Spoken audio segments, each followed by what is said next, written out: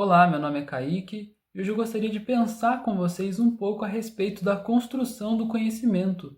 Como é que nós nos informamos e por que nós nos informamos com as pessoas que nós buscamos nos informar? Será que são decisões apenas racionais as que baseiam as nossas ações?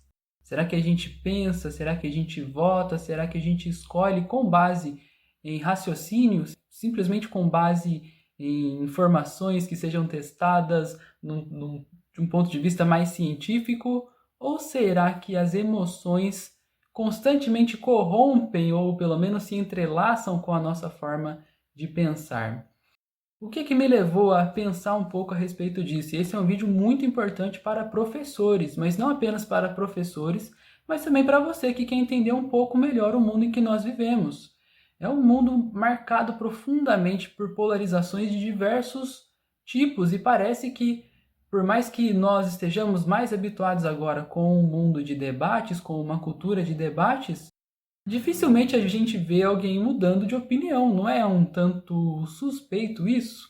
Eu assisti recentemente um documentário intitulado A Alma da América, que é apresentado por um historiador, John Meacham, e ele faz ali uma reflexão que me marcou. Eu já tinha pensado nisso há um tempo atrás, mas nunca de uma maneira tão bem articulada. Então ele vai falar do contexto político de lá dos Estados Unidos da América, só que o que ele pensa lá também é válido para nós aqui. E aí eu vou ter que fazer uma citação. Ele vai dizer em determinado momento do documentário o seguinte, abre aspas: uma das mudanças mais significativas que tivemos foi a mudança de uma cultura literária, que era o mundo de Jefferson e Lincoln, para o rádio, mundo de FDR e Churchill, ou seja, do Franklin Roosevelt e do Winston Churchill.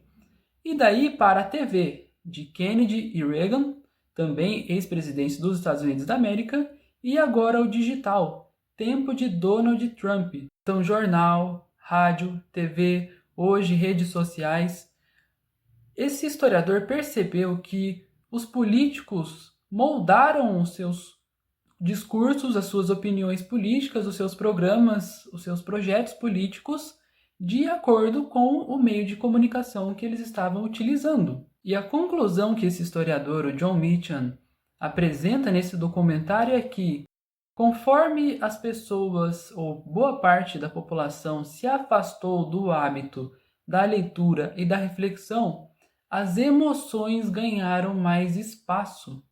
Nós nos baseamos muito mais através dos nossos afetos do que pelo raciocínio crítico. E você vai perceber ao longo desse vídeo que afeto aqui não é um sinônimo de carinho, como nós muitas vezes estamos habituados a ver o uso dessa palavra, mas aquilo que nos afeta, aquilo que mexe com as nossas emoções, inclusive o medo e o ódio. Aqui no Brasil, inclusive, não são poucas as pessoas que têm medo de uma reforma agrária, de uma redistribuição de terras, apesar de não terem propriedade nenhuma, porque em algum momento tiveram contato com a seguinte informação, de que determinado governo, se chegasse ao poder, colocaria pessoas em situação de rua para morarem dentro de suas casas alugadas. É um negócio absurdo. Porém, conforme as pessoas vivem numa rotina tão desgastante, de tanto trabalho, de tanto cansaço e até mesmo de excesso de informações, não sobra tempo para refletir, para pensar se essa informação não é absurda, mas aqueles que financiam essas falsas notícias fazem isso sabendo que as pessoas guardam mais aquilo que as afeta do que aquilo que é fruto do pensamento crítico. Então, para resguardar seus interesses, apostam no medo. Apostam realmente no medo porque sabem que isso vai mobilizar as populações. Também não são poucas as pessoas que morrem de medo ou odeiam o socialismo, mas não sabem o que é socialismo. Por outro lado, também são muitas as pessoas que, inflamadas pela sua ideologia, usam o termo fascista para se referir a qualquer pessoa que discorde de suas opiniões, simplesmente porque isso inflama, porque isso também mobiliza, isso diz respeito às suas emoções e também a emoções que querem causar em outras pessoas.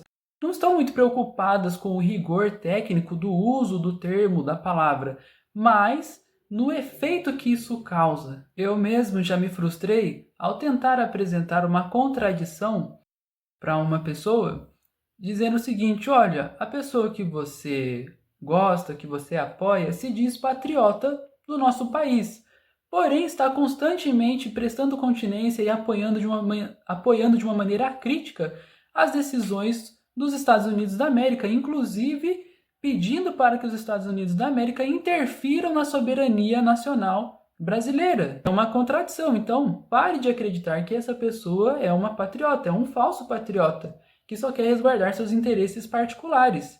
Então você pensa, a pessoa vai perceber essa contradição e vai abandonar o seu pensamento, porém não é isso que acontece.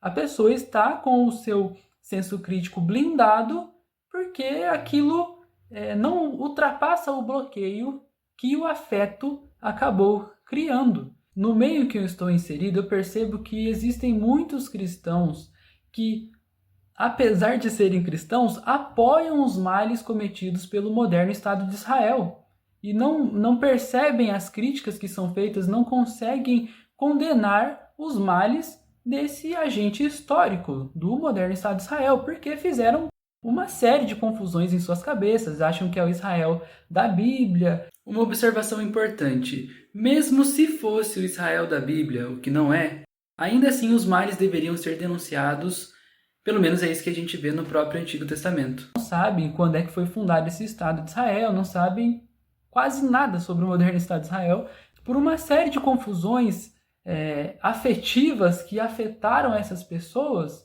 Elas apoiam esses males, e aí não adianta você apelar para o senso cristão de justiça, de certo e errado, porque a pessoa vai bloquear essas críticas, ela não consegue perceber esses males, ou se ela percebe, ela os justifica de determinadas maneiras. Então, nós, seres humanos, não construímos as nossas opiniões, as nossas identidades, inclusive, tá? Nós estamos também lidando com identidade quando nós falamos de construção do conhecimento com base puramente na razão.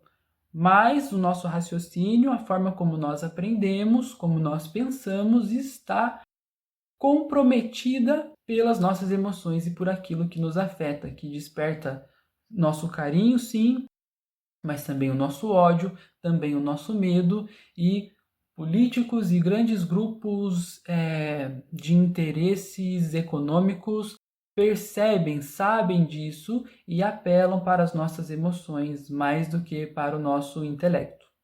Então fica a pergunta para você. Você é capaz de discordar do seu produtor de conhecimento favorito? Daquela pessoa que você está acostumada a acompanhar os reacts das notícias, dos debates políticos mais acalorados, dos debates teológicos mais acalorados? Você é capaz de discordar do seu influencer, que é um termo do nosso tempo? É de se pensar, porque há um risco muito grande nisso. Nós estamos, mais uma vez, num contexto de cansaço, de excesso de informação, de pouco tempo para reflexão. Então é mais fácil nós acompanharmos o raciocínio de pessoas que nós confiamos. E aí nós confiamos por diversos motivos, por motivo religioso, por motivo estético, por motivo, sei lá, por coisas que a gente não sabe nem explicar e que a gente nem para pensar. Mas a pessoa que nós admiramos, que nós acompanhamos, não é infalível. E você é capaz de perceber quando a pessoa erra? Então esse vídeo aqui é um convite para uma das principais funções do historiador nos tempos atuais. É o que eu tento também fazer no meu canal, que é ser um curador de conhecimento.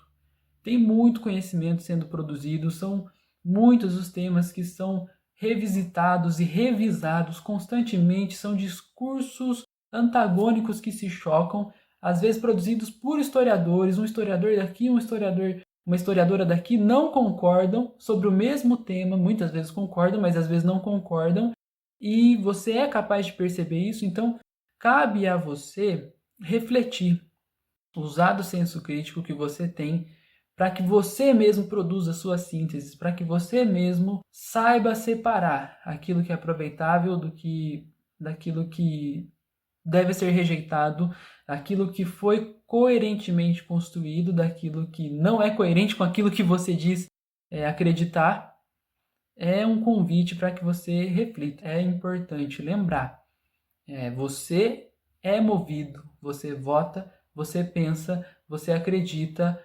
muito, muito devido aos seus afetos, talvez mais do que ao seu senso crítico. E essa é a reflexão que eu queria compartilhar com vocês. Usei diversos exemplos e aí fica a questão: como é que então nós furamos a bolha dos afetos? Talvez com mais afeto, talvez. Até Jesus mesmo disse que chega a determinado momento que não é bom jogar pérolas aos porcos. Fica a reflexão.